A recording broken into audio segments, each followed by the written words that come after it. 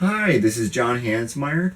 I'm going to be doing a monthly update every month for you guys to tell you guys what movies I'm going to review and what news I'm going to be telling you guys, and for some feedback and some content and some things I need to work on and things like that, and one things I'm doing good at, and other things. As far as like editing videos, I'm not very good at technology, and at times for some of you guys, you might be kind of bored with like the one shot of just me just talking all the way through without any good editing.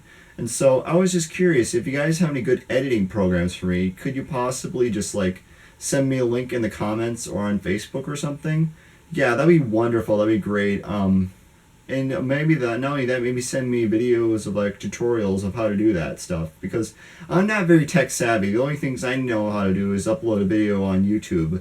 But as far as the editing and stuff, I'm pretty terrible at it. So if I could have some help, that would be amazing. The movies I'm planning on reviewing later on in the next few weeks are The Lone Survivor, Edge of Tomorrow, Big Hero 6, and God's Not Dead. I'm very excited to review these movies. Some of them I like, some of them I don't.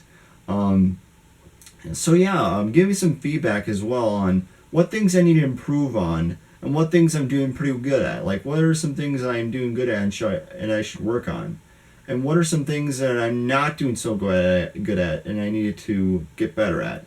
What movies do you guys want me to review for in the next couple months? Like, what movies do you guys want me to review?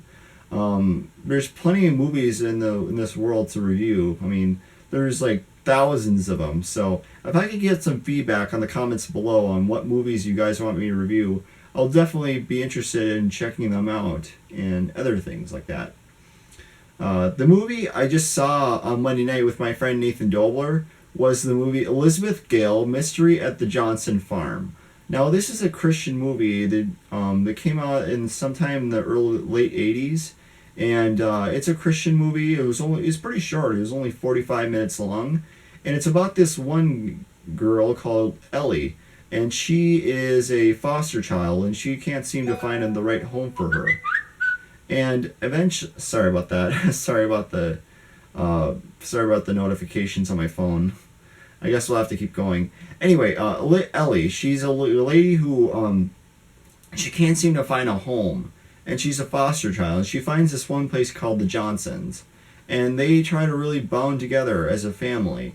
And there's like this one girl who sets her up and who hates her, and she's a neighbor child, and she tries to make it look like she stole her father's $20 and other things like that. But for me, I did not like this movie much at all.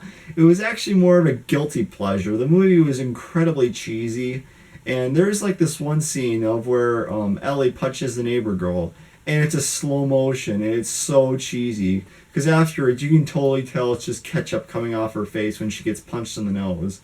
The dialogue is so bad, it's good.